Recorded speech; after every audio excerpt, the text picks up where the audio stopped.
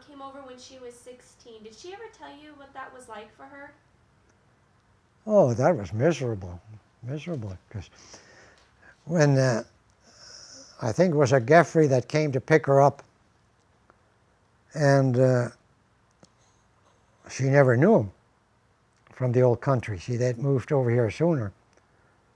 And he came in, and when he saw her, he grabbed her, because he was so glad to see her. And she said, "Yeah, who are you?" She didn't know him. "Well, I'm your uncle," or whatever he said to her. Yeah. Then she worked with different people. And most of them, well, they were all pretty stingy, I guess, in those days. They had to be to make a living. But some could have done better anyhow with their help. Did she ever tell you why she came over? I think her mother was interested in coming, but her dad didn't want to. And I think that from what I could gather, she had an older sister, but she was so bashful. So she got after Ma to go. And she figured if she was over here, that the old man would change his way. And I guess it worked out that way. After she was over here, and then Francis came and got married, and then her folks came in 1902. So it really had worked out that way that they came. But then it was poor land that they had. I suppose it was still a homestead. Nobody wanted it, I suppose, at that time. See, the best land was usually taken. And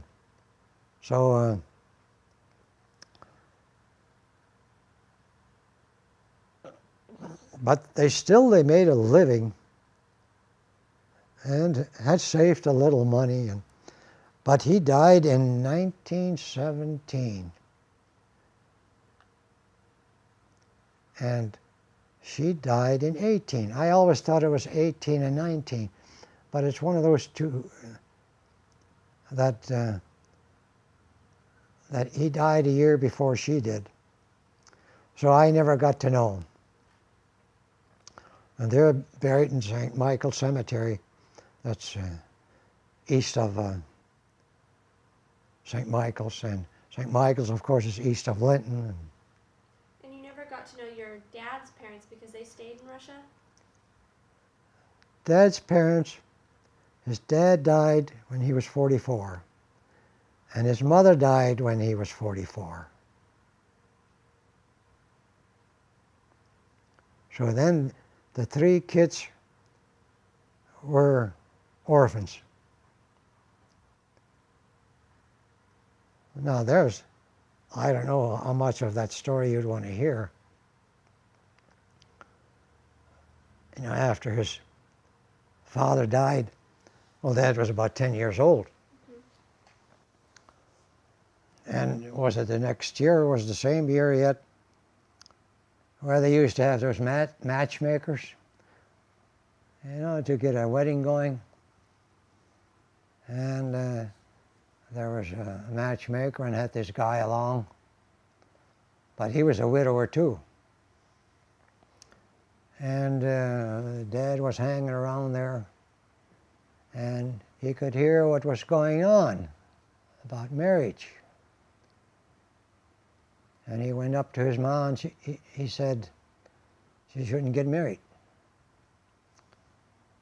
And I don't know what she said to him. Anyhow, I guess it wasn't too agreeable with him or her, because he would make that statement.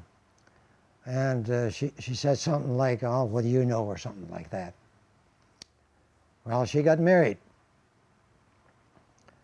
And this fellow she got married to was from another Dorf. You know what a Dorf is. And he had a son that was older than my dad. Now, there I don't know whether he had more children. They probably had more. But anyhow, they had some flour up in the attic. Of course, that was the custom in Russia, to keep it dry, and they had salted pork hanging upstairs. So they took all those possessions along to the next Dorf, but I don't know the name. And when Dad got hungry, he'd take the jackknife and he'd go up and he'd cut a piece of meat off and eat it. And this step brother, he would come and tell, was it his ma or dad, Rifle cut some meat again. And Dad would say, that's our meat. Because they brought it along because they didn't have anything to eat, I guess. So things must have got from bad to worse. You know, with, I suppose Dad didn't keep his mouth shut either if he had something to say. See, and by that time, he was about 13. No. This was probably the first year when she got married. But she must have seen that things aren't going well and must have sent a notice to, see, the uncles of Dad's. He had 3, 4 uncles living in their home area. She must have sent a message that one of their uncles was supposed to come to pick up Dad. So here this uncle comes driving into the yard, and his ma hadn't told him anything, that this uncle was picking him up. And she had a little bag there with a little sack and put his clothes in there. And she said, now you go with, I don't know, was it Felix or whatever her name was? And you go with him. And she said, and if you need sympathy or a consolation, of course that was in German, you don't have to come to me, because I myself don't have any. See, so things must have been pretty rough. When you can tell a child, 11 years old, don't come to me. See, and that's how he left. Well, then, I don't know how many years later. It could have been much later, because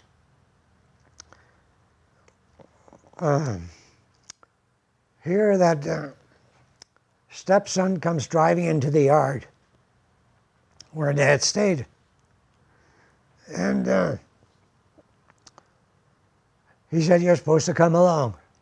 Your mother is dying. So then he was 13 years old at that time. So he went along with him, and when he got there, I guess she couldn't talk anymore. Then she died. So then the kids, they went back to Mannheim again, to where they came from, and stayed with different uncles. And then Matt Gross, his cousin, he was in the Russian army. And he came home on a furlough. They had to put in 5 years. And that was awful miserable in that Russian army, full of lies and everything, nothing to eat. But anyhow, he came home, and he said they should leave for America, because it doesn't look good with the government. See, he found out a little more while he was in the service. And they said, yeah, we don't want to leave you here because we don't want to leave you alone because if we leave. And he said, that's all right, I'll find my way because I have another 2 years to go. And if you want to wait, then my next oldest brother, Clemens, he'll have to serve. And then the next one, Carl, he's behind Clemens, then he'll have to serve. And you'll never get to America that way. So they did leave, and he went back to the service. And in 1896, he got out of the service. And in January, they took off for the United States, and Dad tagged along with him. He was 8 years older than my dad. That's how he got to America. Otherwise, he said, I'd have never, if it hadn't been for my cousin, I would have never got here. Did your dad ever tell you what the voyage was like to America? The voyage? He never said much about it. I don't think he probably got, maybe he didn't get seasick. But most of them, it was awful rough going. And by coincidence, our son looked up on the computer and he found the name of Dad and, well, the one at Fargo too, and Dick here in Bismarck. Dad and Mathias Gross, that they came together, you know, on the what would you call it, the sheet where they're named. Oh, like the passenger list, or? Yeah, and here there was Dad's name, spelled R-A-F-E-L or A-L, Raffel. Is that Raphael? And underneath was this Mathias Gross, and with the G-R-O-S-C on the end. And also found out the name of the vessel. Then he looked up Ma's side, and here he found her.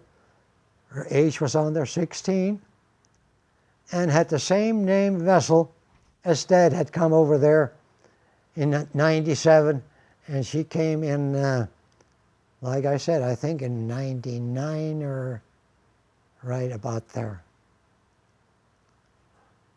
Well, you could figure it out. She was born in 84, and she was 16.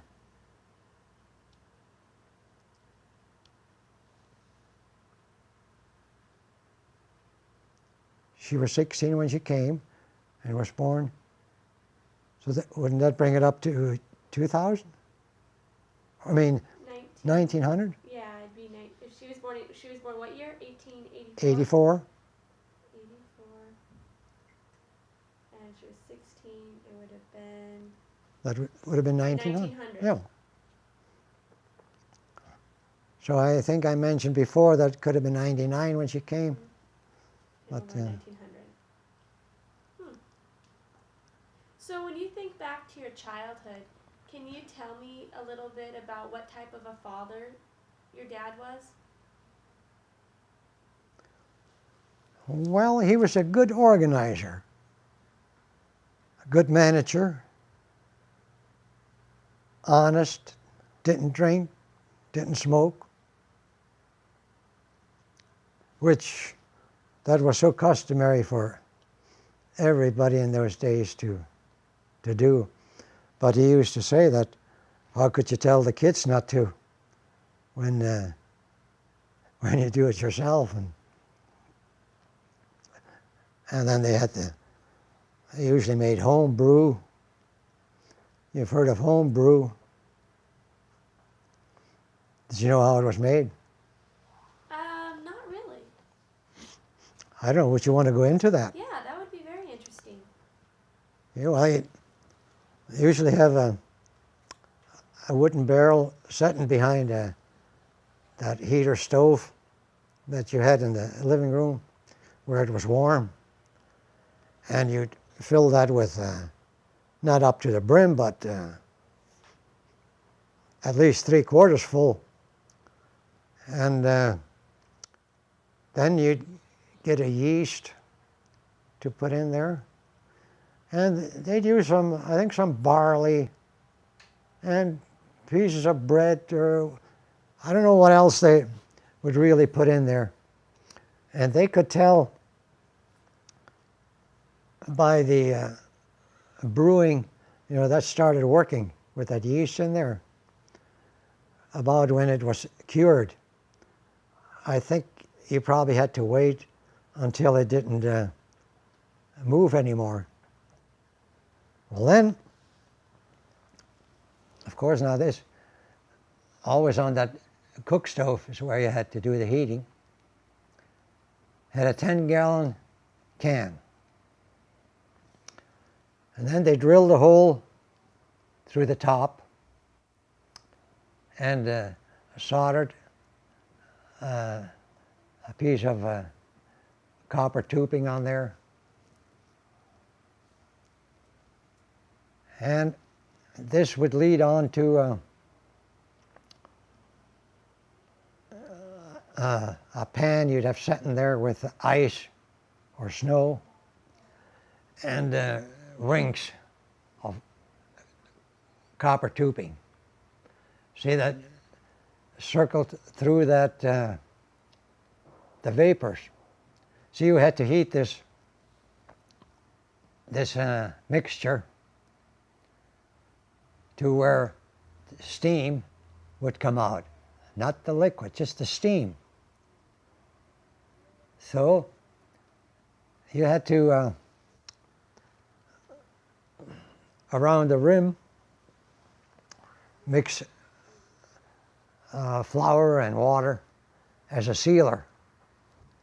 And then you'd put the cover back on that cream can and wire, so there was a hole in each side of the cover to attach it onto the can.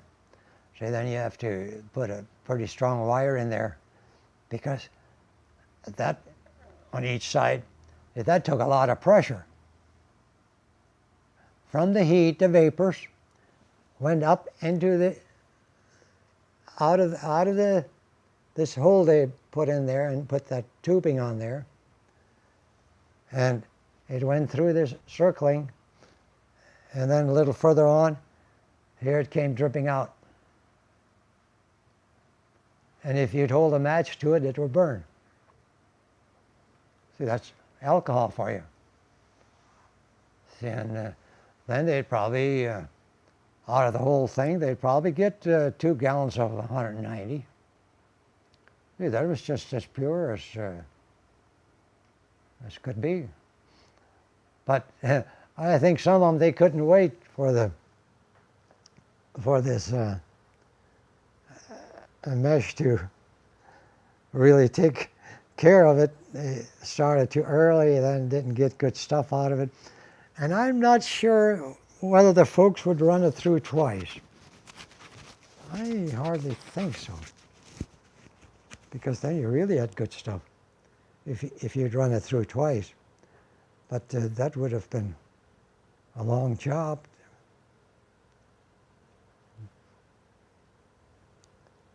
Let's see then, most of them that had their home brew, well, they would drink it up in a short time or have parties, and well, where the folks didn't. They always had some for company or card playing, and they'd pass it around, and that would stay in the closed closet. And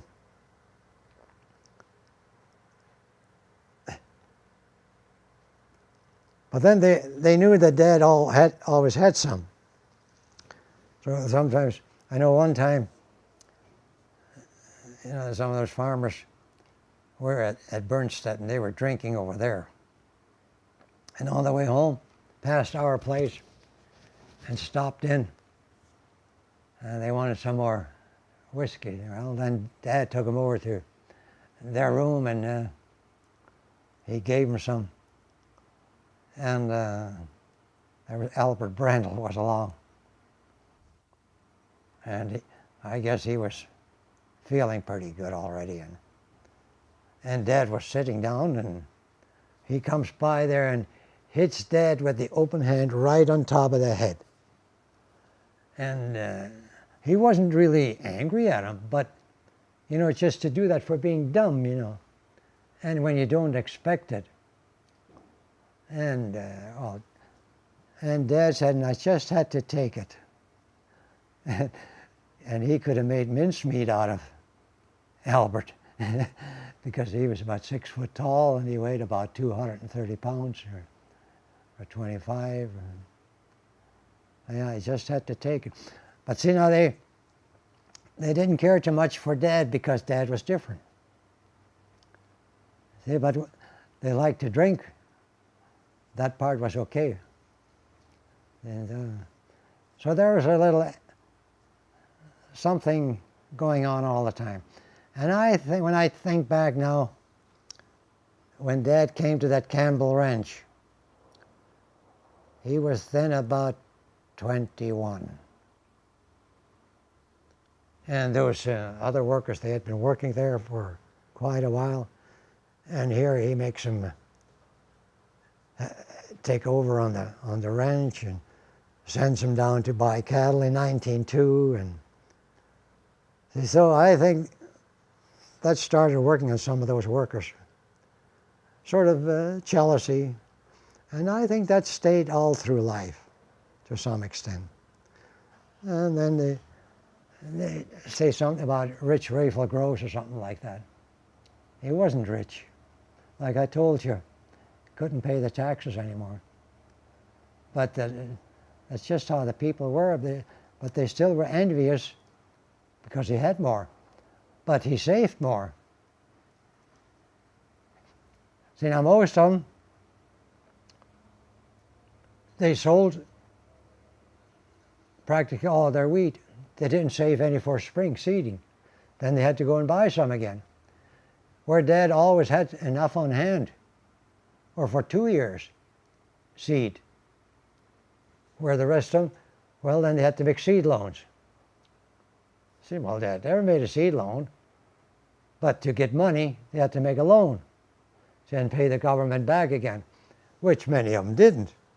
See, if it got so bad, they moved away and left the land and everything. So did your dad take loans from the government? Dad, like I said, nothing.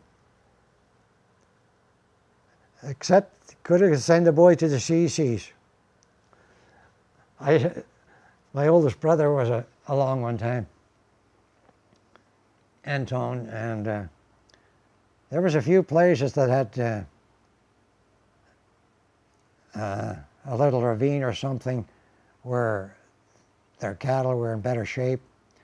And there was an Oliver Link farm where they butchered a cow. And the neighbors around there, they knew that they were supposed to come and get some meat. And that must have been in maybe 32 or 33 in there. Well, so Dad picked up Anton and took him along down. And they wouldn't give him one speck of meat. Because if they did, I don't know what, because the government wouldn't allow it. Well, because, see, we were too rich. But Anton said, boy, was that man mad. Because wouldn't even give him a pound or even, and some a farmer said, well, take some off ours and give him some. No, wouldn't do it. So they had I don't know what they call them, a supervisor or whatever. They had working for the county and the government come out to divide up the meat. See, he was in charge. See, and what did he care about anybody that didn't get any? So, I don't know whether he told them a few things or not, but he sure must have been mad. about your mom? What type of a person was she when you were growing up? No.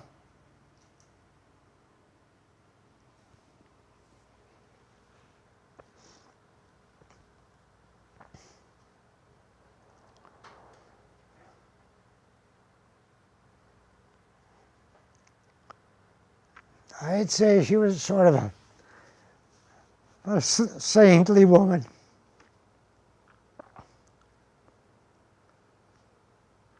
You know, with all those kids. And she worked out in the field too. Like during harvest, she would be out stacking or help the boys unload because the boys, they were young yet, Tony and Eloise, but Eloise was stronger, so they started working about the same time where they could use the pitchfork. See, and then Mom was out there to stack, and they would unload. Well, they'd have time enough to unload until the header got up to the end of the field and came down on the other side. Well, then they had to unload again, and the other box would go under the header. See, the header was going all the time with two boxes. Well, then sometimes Eloise, she almost started crying. I know I can't make it to get unloaded. Well, then she'd go up and help him unload and then go home and milk. So then they'd stay out a little longer with probably just using one box to make a few more rounds. And well, then later on, of course, she had more help. See, the girls were growing up, but now the oldest one, she got married young. See, when that was in 25. Well, then Rose would have been the next oldest one. Got married in 31. Then I mentioned that Philippine came after Rose. She died in 1929. She was 17 years old. She used to have tonsil trouble, in the wintertime especially. And she always wanted her tonsils out. And, well, Dad took her to the doctor. Simon was there that time in town. And, but he had planned on going to Bismarck with the train to take her out there. But he stopped at Simon. And Simon said, it's no use you take her out because they're infected. So he went home with her, and about 2 weeks later, he figured, well, now it should be over with. So he took her on the train to Bismarck. He didn't stop the second time by Simon. And of course, he took her up, and I guess the next day they checked her tonsils, and the following day she already had a fever. And in 11 days, she brought her home in the coffin. She just burned up.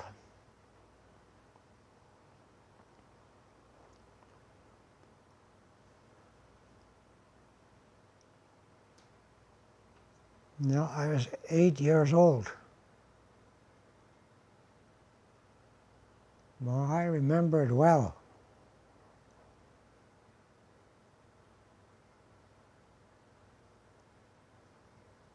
What was her funeral like? The funeral? Terrible. See, in those days,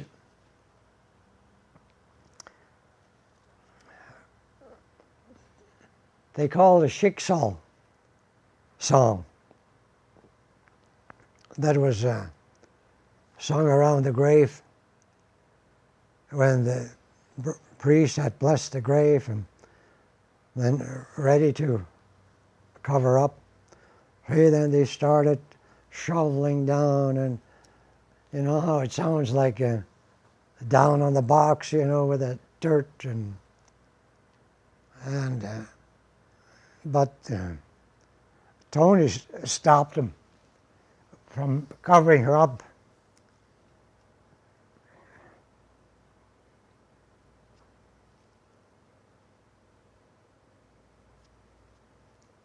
See that? Wait till we were gone,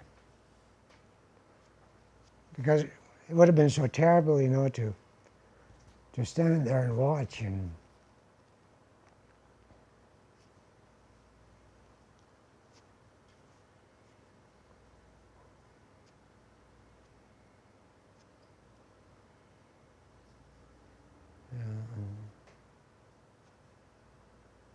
And Margaret, she's buried next to Philippine in that cemetery south of St. Anthony's. But the church isn't there anymore. And there used to be a store there and a schoolhouse where we had catechism instructions for, I think, two summers, maybe for 6 weeks or whatever it was. And we used to drive down there with the buggy and with the horses and tie them up and then drive home in the evening again. And, or sometimes Dad would take us with the car, and then we'd walk home in the evening, take our shoes off. And, well, there was no gravel to walk on. It was just a trail. So that wasn't bad, walking barefoot. Or on the farm, as a younger ones, we always went barefoot from springtime until fall. You mentioned with Philippines' funeral that they sang a song. Was that in German? Yeah. No, I could sing it if I read the words. I just got to know some of the words, but like Leo and Eloise, they were always in the choir. And now Leo, he was 91 in the 5th of July. He's still living in Napoleon, and he sang that Schicksal song for Sebastian Rice's funeral in church. That's what the family had requested. Yeah, there's a. But he plays the organ too. He has an accordion. Well, I had an accordion too, but I sold it and I didn't use it enough, and I wasn't good enough. I just had to learn by myself, and didn't have an accordion until I got so old. But Leo still has the accordion, and I think he could have played the organ too yet. But Wangler, he used to be organist at St. Boniface Church. So he played the organ and Leo sang for this funeral. So you mentioned that you did your catechism instruction at St. Anthony's. Mm-hmm. Can you tell us what that all entailed back then? The bad part of it was they called it German school yet. I even had to take some German yet when I came along and learn the ABC, ABCs in German, and I don't know if I could ever write them. Seems to me I could write my name at one time, but and then with the reading, that was so useless. And usually the organist would teach those kids. And sometimes there were 60 or more kids. I think at one time they had 90 of them. And he was instructing the kids and everything was just still in that schoolhouse. That's how tough he was. His name was Martin Brown. And he used to beat up on those kids. Especially, see, there's so many of them that were slow. And then the ones that were pretty good in school, well, there again, like Anton, so he was the top of his class.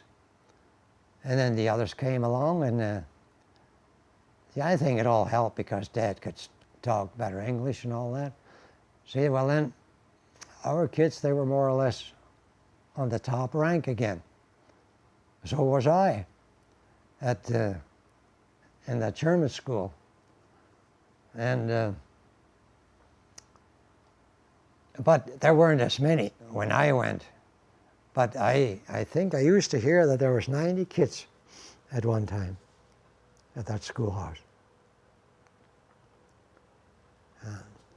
But he would really beat up on those kids. And there's some that never forgave him either. You know, when they grew up, and they never forgave him or felt sorry for him because he treated them too rough. He was a good organist and all that, but he had no sense of value for the children. And How far was St. Anthony's from your farm? about 5 miles. Is that where you would go to church? Mm-hmm. How often did you go to church? Oh, every Sunday if possible.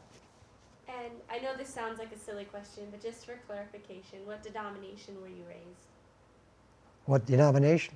Oh, Catholic. Can you tell us a little bit about what church was like when you were growing up? Well, at that time they had the Mass in Latin.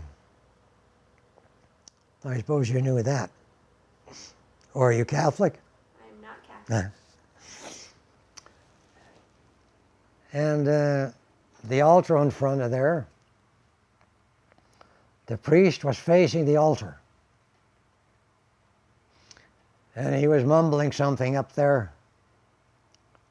And the altar boys were kneeling behind him, and once in a while they'd have to answer something, or he'd turn around and Dominus vobiscum, and then he turned back into his hibernation again, or whatever you want to call it. When I think back, you know, in Latin, and looking the other way. See, now, there's even some that want to go back to Latin, and not around here, but I would be so against that. You couldn't understand anything. And So when you were growing up, did you know Latin? Could you? no, nobody knew Latin. Yeah, that was. And then you couldn't eat or drink from midnight on. And now if you went to confession, then you had to go to early Mass. Now that would happen in the wintertime too, with the horses. So you'd have to do the chores early, probably get up at 5 o'clock and get the milking done, clean the barn, and then take off with the sled. And then they had to, that was sort of a dumb habit too. They would just distribute communion at the first Mass, but they always had 2 Masses on Sunday. So then you would stay for the first Mass and receive communion, and stay for the second Mass. Well, by the time you got home, there was almost 2 o'clock with the horses. Or some of that stuff just didn't make any sense. See, now they distribute communion at every Mass. But there you had to make a special effort to get there earlier. And So after church on Sundays, what would you do for the rest of the day? well, if you were old enough to ride a horse already, then you'd probably ride to a neighbor's house or a little further, maybe 2 miles. And the way oldest boys, I think they used to play baseball. But then Leo didn't anymore, I didn't. And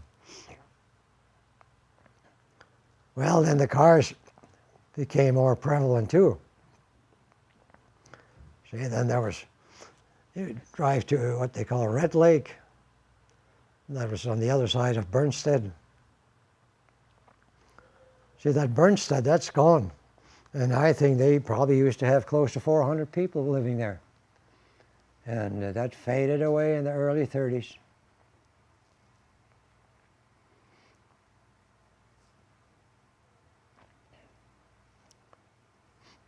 There was all the banks closed practically. The Stockbroker's Bank in Napoleon kept open, and I think they were down to $500. And the bank see, they were a little more conservative in handing out money because everybody wanted to borrow money because they needed money. And they wouldn't give them any. Then they go to Bernstead. Well, sometimes he'd give them a little bit. But all at once they went broke. The bank closed. And Hernot was his name. He was the banker. And he was so disappointed with himself, I suppose, and ashamed. So I think he said he was going to go to Bismarck. And have you been to Hazelton? Well, anyhow, you come straight west of Napoleon, and then you hit the highway 83. And right there, he drove down into the ditch and blew his brains out with a pistol. And I remember that. It's funny that they took me along to the funeral. And I remember seeing him in the coffin. I suppose he just used a pistol. And How old were you? well, I couldn't have been more than about 10 or 11 years old, I think. Yeah, I think it must have been about that. Yeah, as you saw here, I worked in the bank in Mandan. Mm-hmm. And then war broke out.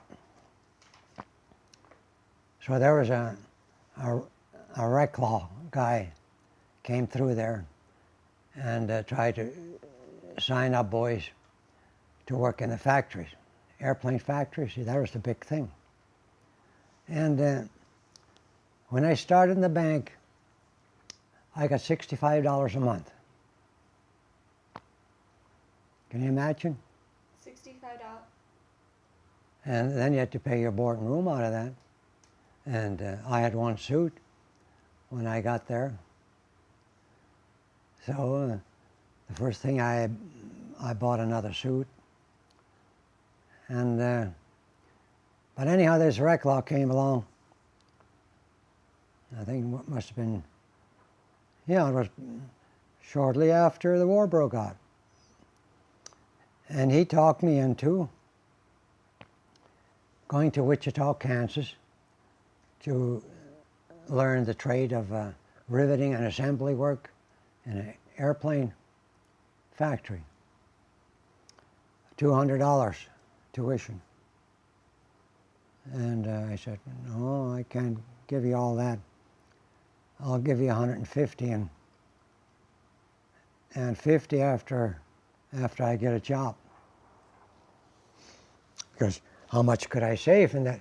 I was only there about 9 or 10 months. Well, I was up to $90 a month, which was supposed to be very good. You know, within a short time, they gave me increases. But I couldn't see a future in banking. Tony Fix and Ray Hess, they had been there 10 years, and each one, I think, had 3 children. They got $130 a month. So I didn't have much to look forward to. And there's rec law coming along. And so I went to school for 2 months, and graduated, and came home. And my brother had become sick with phlebitis. You know what that is? No. Richard Nixon had that. I think he had trouble with his blood clots. See, and my brother had it in his legs, and he'd get a blood clot here or here, and then it landed one in his lung, then he had pneumonia. Well, and this was just at the beginning of spring's work. And he just had a little Model A tractor. And Dad never pushed me on anything. But Ma, she said I should help Anton out on the farm, because I think they had 6 children, and he couldn't work, and that little tractor, there's a 2-bottom. So I did go out there and sat on that thing from 6 in the morning, sometimes till 11 at night. And I plowed, I think the highest I plowed was 17 acres with that 2-bottom. And then he had another hired guy that would do seeding. And I think he only plowed with the horses for 2 days. And the rest of the time I kept almost ahead of him all the time. See, when he got caught up, then he would probably plow again with the horses for half a day. And then in the fall, well, see, then haying came after spring's work, and then harvest, and then thrashing. So after thrashing was done, I got my notice for the draft. When I came in that morning, see, there was no telephone. And here they told me, well, or said, well, you worked on the farm, didn't you? And I said, yeah. He said, well, it was too late last night when we got the orders that if they can't draft any farmers. So, but he said, the only way you can go if you volunteer. And I said, well, I'll walk up to my parents' place and see what they think about it. Well, then again, Ma, she was waiting for me to keep working for Tony. And even though I got along good enough, but I had to be stern with the kids. I didn't let them run over me, because you take 6 kids. And well, the girls were older, were the oldest. But well, she was born in 29, the oldest one. But so I went out there again. And then every 6 months, I got a notice from the Selective Service as to how many cattle, how many horses, how many acres we farmed, how many chickens, and all that. Well, we had enough units there for 2 hired men or more. So I could go for another 6 months. So I stayed there 2 winters. And the summertime, oh, did I work. See, everything was so run down because he had worked with hired hands, and he wasn't the best farmer in the first place. Like I said, he was interested in reading books, and Alois, he was just the opposite, see. So it was run, there was no pick fence, no hay fence, and all did I work. And the first year, we got that crop out, and he had rented 2 quarters. Well, it wasn't all cultivated, but anyhow, it was next to his from the state. And if he wanted to buy it, he could, if he bought it before July 1st, he'd get the crop. Well, then he asked me what he should do. Yeah, I wasn't going to advise him what to do. What if the crop wouldn't turn out? And then so I just let him decide, and he did buy it. And with that crop, the first year paid for the land. See, if I wouldn't have helped out there, he'd have never thought of buying land. And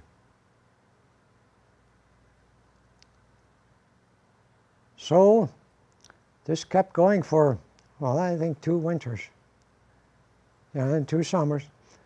Then I had made my mind up that I wouldn't stay any longer, because I wasn't going to be a draft dodger. And I know I worked a darn sight harder than most of those Army boys. So when when I got my 6-month notice, I didn't send it in. So that was the same as volunteering, because I could have stayed. Well, Anthony wanted me to stay. He said, "You'll be sorry." Well, I said, I have to start looking out for myself. Well, I was getting up in age already, too. And what did I get from him? Well, I think he gave me $300 the first year for all the work I did. I didn't mind helping him out. And then the next year, I guess he gave me $350 and so on. But when I consider all the work that I did, see, so I helped him out a heck of a lot. And the first letter I had from Phyllis, I wasn't in the service long. She said, "We first realized now how much you did for us." That was pretty good of the oldest girl. Well, see, then they had to do everything. See, before I did the barn cleaning and haying and put up the hay, and oh boy. He never had stacks of hay like I put up for him. And see, then the boys had to start working. See, then they started going to school too, and high school. And he sold out then, I think, in '55 and moved to Bismarck. Because the boys, they weren't much interested in farming either, and they were interested in sports. They're pretty good in basketball. So that's how it went. So I left for the service, went to Camp Roberts, California, first to Snelling, and from Snelling to Camp Leavenworth, Kansas. And there I got put in a troop train to Camp Roberts, California. And it took us 5 days, and hot, coming straight across there to the desert, and all we had to eat was beans 2 times a day with paper plates. And then when you were done, you just threw them out the window. And sometimes they'd sit there for 2 hours or maybe longer, out in the open in the sun. And you were wondering, what in the heck is going on? To take 5 days. Well, then after we were there a while, I found out that they weren't ready for us, for a whole troop train. So that's why they wasted that time. And you think that beans don't taste good, but they taste pretty good. And you had to go back through another car or two, and then you'd get your plate. And then you'd go past where they handed out the beans. And then you'd go back to your car, and here they had given me 2 plates. Those paper plates, they stick together. So when I ate mine and threw the paper out, and I had that other one, so the other guys would come through our train again, or car, and pick up their food, so I went along with them. And so I got 2 helpings. And I could have eaten more yet. With just 2 meals a day. And you couldn't lay down. It was just a seating position. And dirty train. And that Camp Roberts, that was a big place. And that closed up quite a few years ago already. But I was fortunate. I was there in the wintertime, from November until, was it March, or when I came home on furlough before I went overseas. Because Germany surrendered when I was on the ship going over. And then we had the Japanese to tend with it. So I was on the ship for 24 days going over. Because usually when they send, there was 3,500 on that ship, soldiers. So then they'd have an escort fighters along with the troops, and we didn't. They sent us all alone, so we had to cross the equator to get out of enemy territory, and then come back up again to Leyte Island. And that's where we got off. And that's where we walked down to the side of the ship, where you see them sometimes walk up to you have to hold up your arms with the rifle on top so it doesn't get wet. That's how we walked out on the beach. And what seemed so funny, so many trees, coconut trees, hanging over, just hanging up with the bark. Well, shortly found out why, because, a chap could be sitting up there for a week at a time with a little rice, and they'd watch the Americans walk by, and if they figured that this was an officer, they'd pick him off. Well, they didn't care if they'd get shot up, because they would kill him anyhow. But they got wise to it, and with a machine gun, you can saw off a tree. So you just keep pulling the trigger and move the machine gun, and that cuts him off. See, and if there was one in there, he'd come down. And those coconuts, well, those trees, they grow at least 30 feet high.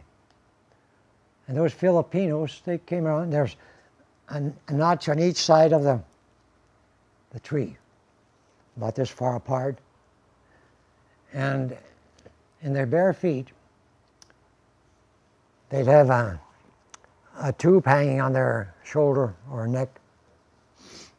And they went up to collect tubachus, I think they call it. They cut a notch or something into a leaf, and that would drip in there. Then they'd come around the next day and pick it up again and put an empty one up there. But imagine, I never saw an American boy climb up there.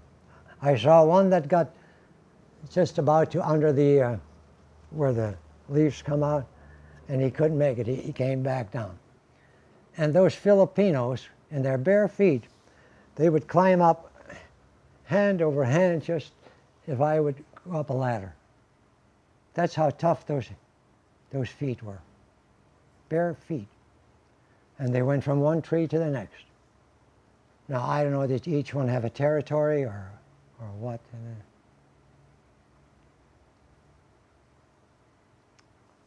Yeah, and then when I got to Mindanao, see, Leyte was pretty well taken care of. Mindanao, they're still looking for some chaps. And we went in with some truckers.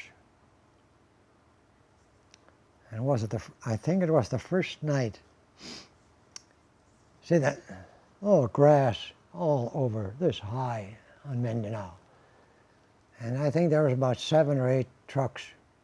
And they had to be pulled across the streams because everything was blown up, what bridges there were in the first place. And then they'd start making a circle, following each other with the trucks. And as they went out further and further, it was like a parade ground. See, they pushed down the grass. And then they pointed the trucks out. So in case of trouble, they could take off any which way. And then we had to dig a hole. So my partner and we probably ducked down this deep and put the dirt around the side. And had a poncho to lay on and one to cover up. And then it started raining. And you lay in that hole and let it rain on you. That was miserable. Then it was at midnight when my time came to do guard duty for 2 hours. Then somebody called me and gave me the watch because they had to be waterproof watches because the humidity was so high. An ordinary watch wouldn't work just a short time. So one gave the watch to the next one. And then you crawl down again in that hole, wet. And still, it wasn't such a heavy rain, but enough to wet you down. And I had trouble sleeping all the time from then on. And then I was in the hospital. Well, I got to be assistant company clerk. And he wanted me, he was Vern Pretzer from South Dakota. He was the company clerk. He wanted me to go on sick call. See, I could fall asleep, but when I woke up, I couldn't lay still long enough to fall asleep. There was just something bothering him. So I went on sick call because before I said it was no use because in the daytime I'm okay. So after the war, then I went on sick call. So they gave me penicillin. See, they started with penicillin by then. Every 3 hours or 4 hours, day and night, for a week. Well, we don't know if it'll help, but try it. So it didn't help any. So they're going to send me back to Leyte. And I said, yeah, but I have to go back to my outfit. I didn't turn my rifle in. And if you didn't turn your rifle in, it'll cost you $80. That's what they charged at that time. So I went back, turned in my rifle, then they flew me back to Leyte. They had better facilities there. But it was just a long tend again for a hospital. So I was there a while. And the doctor came around with a nurse. And he said, there must be something else wrong. You probably have trouble with sinus or something. I said, I never had sinus. And he said, I'll send you the eye, ear, and nose and throat clinic.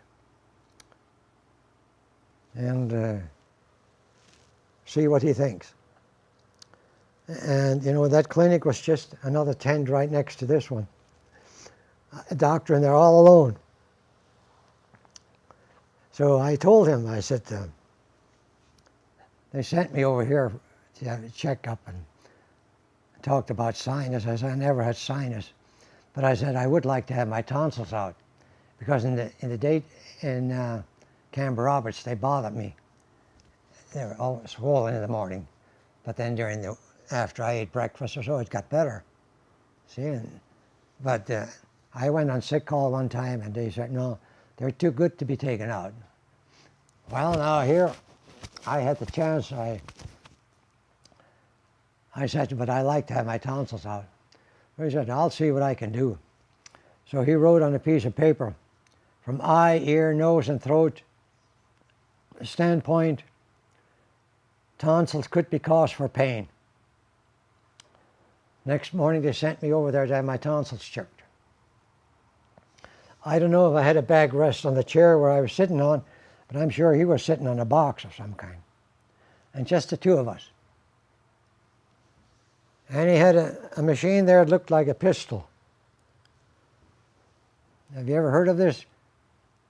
A loop around the front, a wire. See, and he gave me Novocaine or whatever he stuck in my tonsils. But he didn't give it any time to work, or it probably wouldn't have helped anyhow. But you see, it looked like a pistol, and out of this pistol, there was a loop. See, so he put that over the tonsil and have that barrel stick in my mouth. See, then he pulled the trigger and snapped the tonsil off. But that hurt just as much as you can hurt anything, because it just didn't kill it. Well, and had no trouble bleeding. Well, then he took the other one and had about half cut off, and the darn wire broke.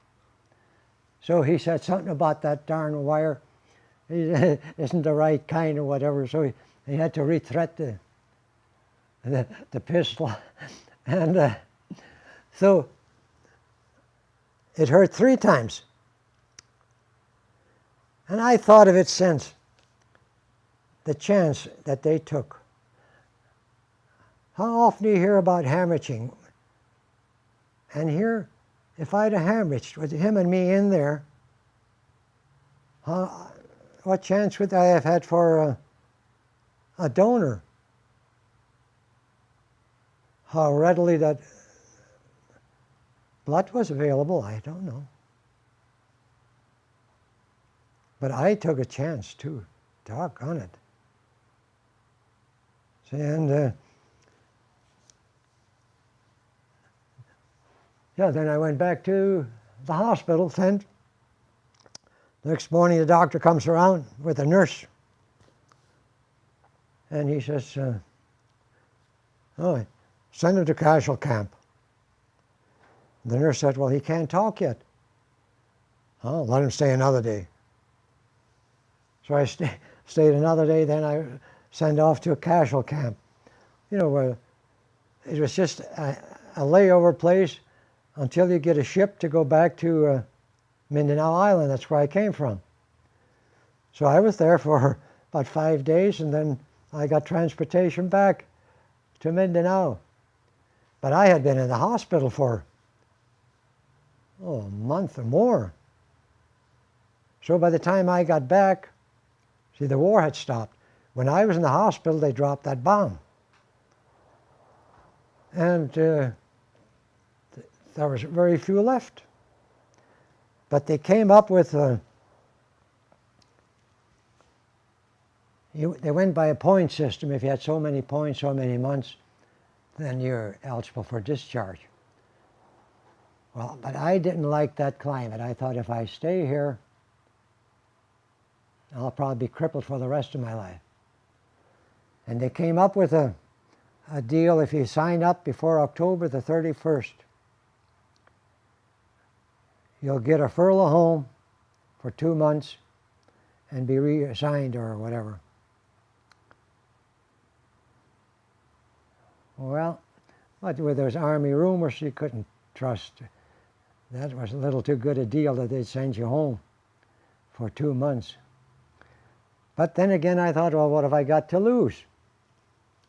Because I have to stay yet anyhow, because I didn't have enough points.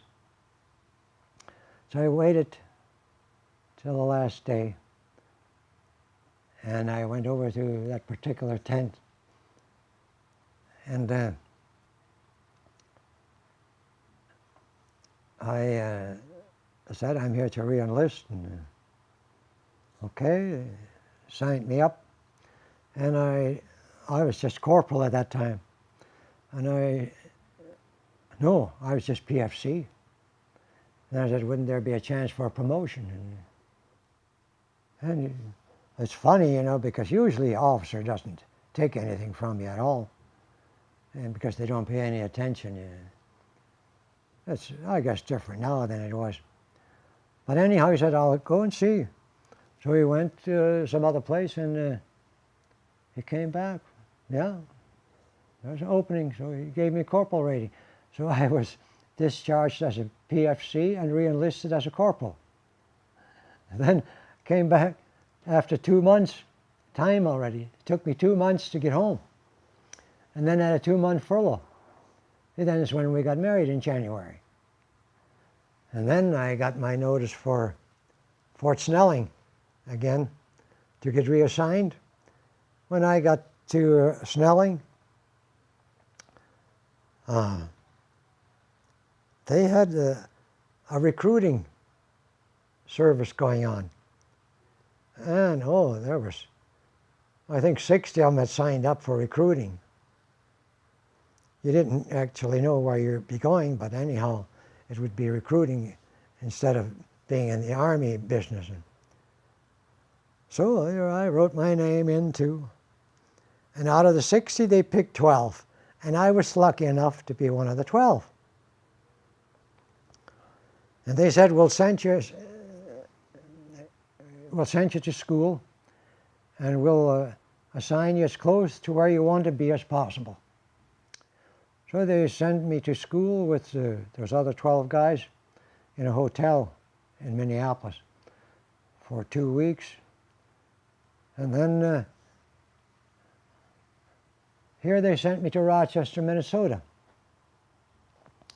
I put in for Bismarck, and second choice Grand Forks, no, Fargo, and third choice I think was Minot. And I ended up in Rochester, Minnesota.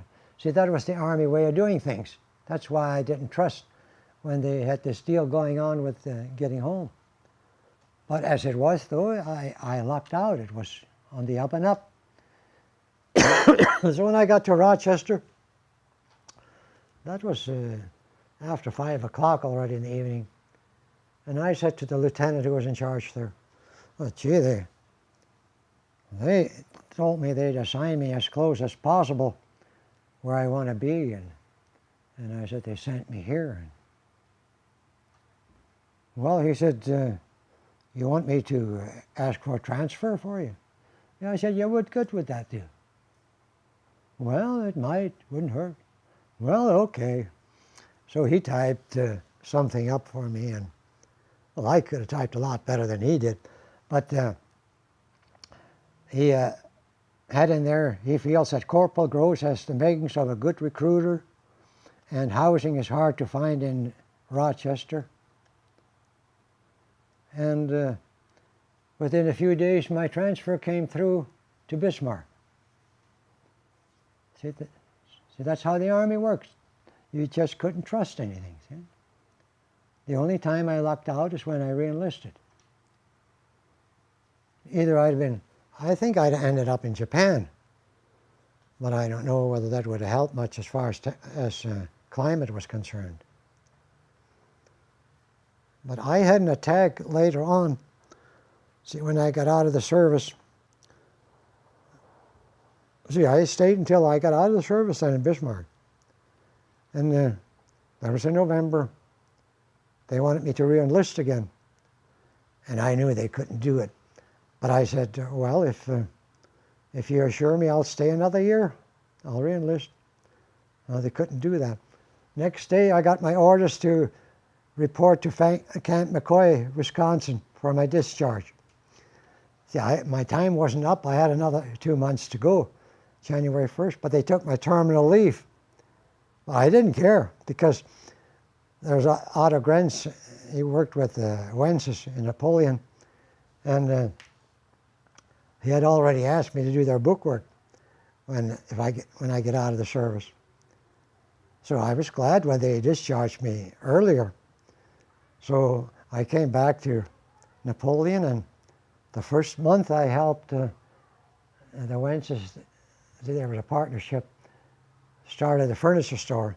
So I helped set up furniture, and the next month I took over as bookkeeper for the hardware store, furniture store, Ford Garage, and John Deere.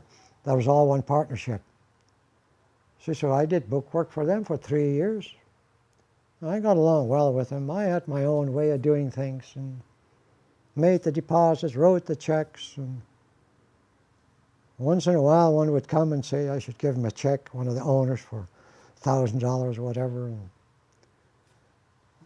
But then my brother-in-law, he had got out of the service before I did, and he got in the post office as clerk. And they came up with an opening. See, they hadn't called a exam for so long already for the post office. And John, he was after me to sign up, and I said, yeah, but I like it here. And yeah, but he said, here you'd be working for a retirement and a better salary. So there I waited to the last day again. I took out an application. Well, when I got there for the exam, there was 12 or 14 taking that exam. And I thought, what chance have I got? Well, some of them I knew. I figured I could outdo them, but I didn't know all of them. And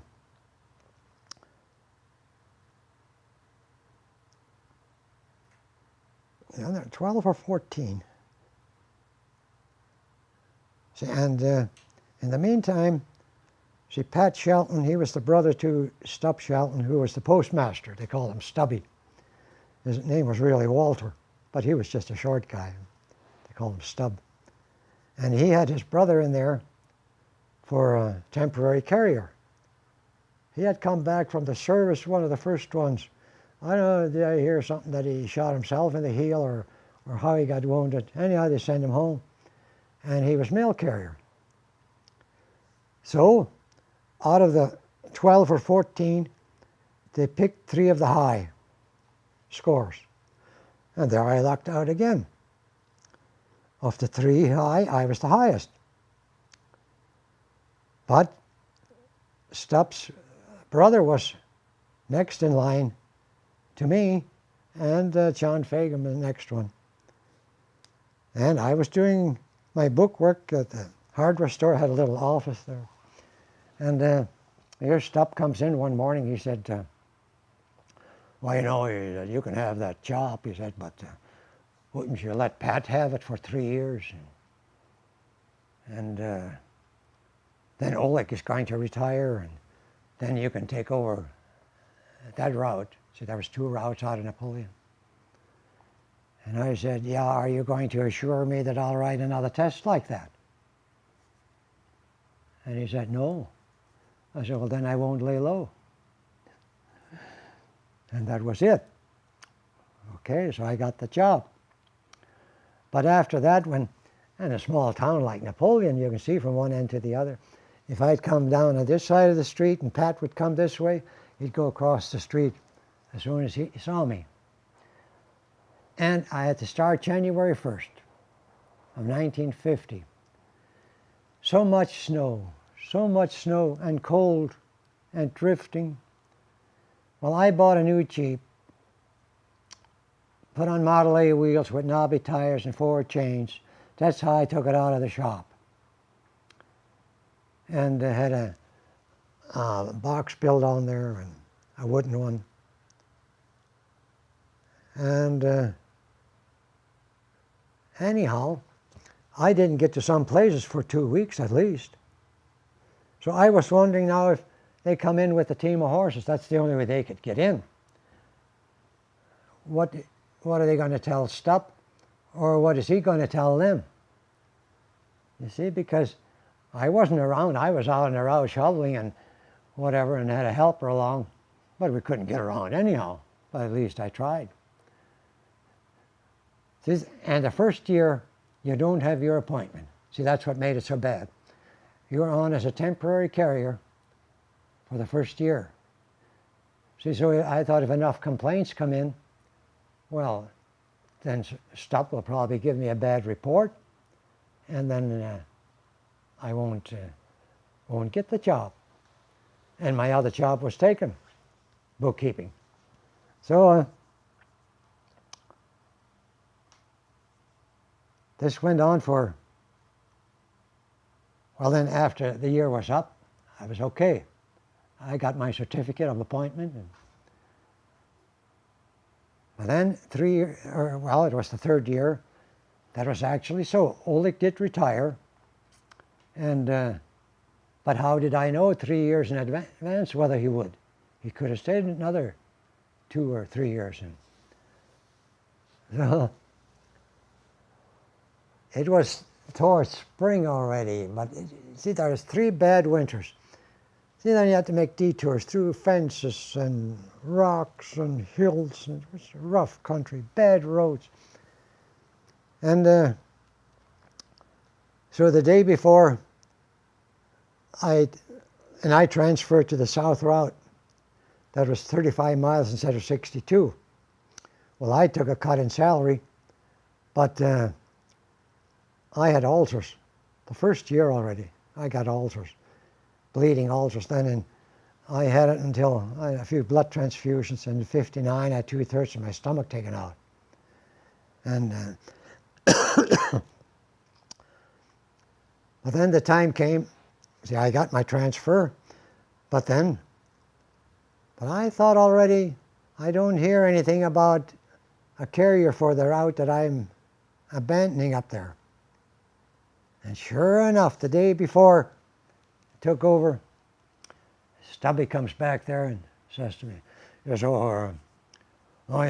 know, because he knew I was making detours yet, and that's pretty rough in the country when you don't know where to go for sure. And so he'd like to ride along out with you. And, well, at that time I had my appointment, and I wasn't afraid of this little Stubby. And so I said to him, because this Pat never looked at me, you see. So I said to him, you mean after not having looked at me for 3 years, he'd want to ride with me? And you should have seen that little Stubby chump. Have you ever seen anybody chump when they're that mad? Well, he did. He chumped as high as he could, and he kept on chumping and putting his hand down. He's not going along. He's not going along. He's not going along. He's not going along. Well, I didn't care. I sort of smiled and let him chump. And when he was, I think he pooped out. He went out the back because he knew his brother was coming. So he sent him home. Well, here I was in a pickle again, because here I gave him that smart remark. And so next morning I knew, well, now I know Pat's going to be there, and we have to work together. How am I going to handle it? Well, so when I got there, he was already there sorting mail in there. And I said, good morning. Well, he said, good morning. And I said, well, is there anything you want to know about the route? Oh, yeah, he said, and he was all smiles. And he wanted to know about the route. See? So we got going that way. And was it after I came in from the route? Well, anyhow, Stupp must have noticed that we were talking to each other. And he came back and he said, oh, we'll get along, or whatever he mumbled back there. Because he flew off the handle, you know. Yeah, and I stood out for 30 years. And I retired on the day. I started January 1st and I quit January 1st. I could have driven some more yet, but I thought that was it, because you never know how the weather would have turned. But see, the roads were so much more improved. They built some farm-to-market roads in the meantime. And those were they usually fix the bad ones first. See, and they build those farm-to-market roads almost like a state highway. And before, what they did, they always cut down the hills, and the first snowfall, and you couldn't drive anymore. And there was one place there was even just a trail for about a mile, because where the county grade went, that was underwater. And just now, I'm on chemo. I had one session about 3 weeks ago, and I'll have another session in about a week, 3 sessions. I've had a blood disorder since,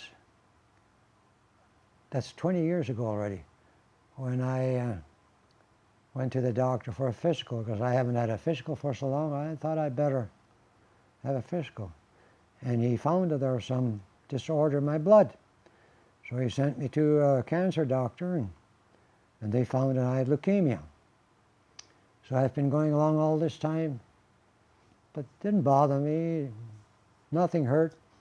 And then, because Jerry, he's in that field of oncology, so he wasn't concerned, and I wasn't concerned. But now he recommended that I should take chemo. He said, that'll probably cure you for the rest of your life. And I took that chemo, no effect. I had chills a little bit for about 15 minutes, and then I told them about it, and they brought a warm blanket and switched the machine off for a while, and then that's it. Then I had it a second time. Yeah, I had 2 sessions, and that didn't bother at all. The first time was the longest, I think from about 9:30 until about 2 o'clock. And now this last time, it wasn't very long. And the third day was only half an hour. So I'm still going for shots to bring up my hemoglobin or whatever. Well, I have two questions that I'd like to ask you, and then we can wrap it up. The first one is there anything else about your childhood that you'd like to share with us that we haven't talked about that you really wanted to mention? Yeah, gee, wish I wouldn't know just what to. Well, we just played around the farm when you were small until you were able to work. But even a country school, yet I had to go out and help clean the barn in the morning before I went to school, and that was always done before breakfast. See, and school started at 9 o'clock, and you had to have the work done and have breakfast and get to school. Well, we were fortunate; we were only about a quarter of a mile from the schoolhouse. Only except the last year. See, after 7th grade, I had to pass into 8th grade, what I told you about. But there wasn't. But I know I was the worry type anyhow. And then with that mail route business, that gave me ulcers. Yeah. Then I have one last question. Why did you want to share your life story with us today?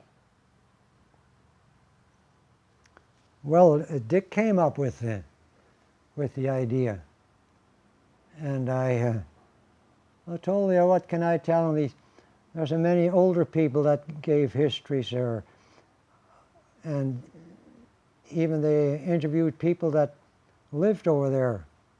If you do some reading, or some people had gone back to look the place over, and like Brother Placid, he was over there already, and to the home place, and so I just figured that there wasn't much I could tell you, and I didn't know what you'd be interested in. I thought you'd be interested in the old-time stuff, and there I thought those older people know better than I, because, well, I'm 86 now, but I know there's older people that Well, just like my dad, he was 18 when he came. So they could tell you a lot more what they went through in building those sod houses and brick houses. They used to have those blocks with they mixed it with the clay and straw, and had little boxes made about this high, and about this square, and about this long. Well, then when they were dry a little bit, they'd empty the form they had made and mix some more, and that's how they kept on increasing the number of blocks for building a house. Now, many times they refer to them as sod houses. They were not sod houses. Sod houses, when you break up like a pasture, and you take that sod and you lay it down, and another one, then put the other one crossways, and so on. See, then you have a wall about this wide. But there's a sod, and that doesn't last long. Because the weather, or if it rains, that'll wash off that dirt, and then things start collapsing, unless you surface it always with the clay. See, and that's, I think, why they came up with those block houses. Or, not block houses. Yeah, well, you call them block houses. But that's how those blocks were made. And there was one right next to St. Anthony's Church up on the hill. I stopped in a few times just to look the place over, but they had a wooden floor in there already. But the walls were still sitting there. And I saw those block houses, those blocks. See, that gave me first-hand knowledge of how they were made. I heard of those little boxes that they made to, for a form. See, then they were square, and you could stack them, put a little mud in between, just like laying bricks. But those would be called block houses to me, not sod. A sod house only stood up if they put wooden siding on there. And then I don't know if it would have stood up the inside, because that grass that was with it, that would rot anyhow, and after the soil dries, it starts crumpling and so on. But that was hard work. Well, I think that's about it. Is there anything else that you wanted to say, or? I think I said too much already. Oh, no. Well, we thank you very much for doing this with us.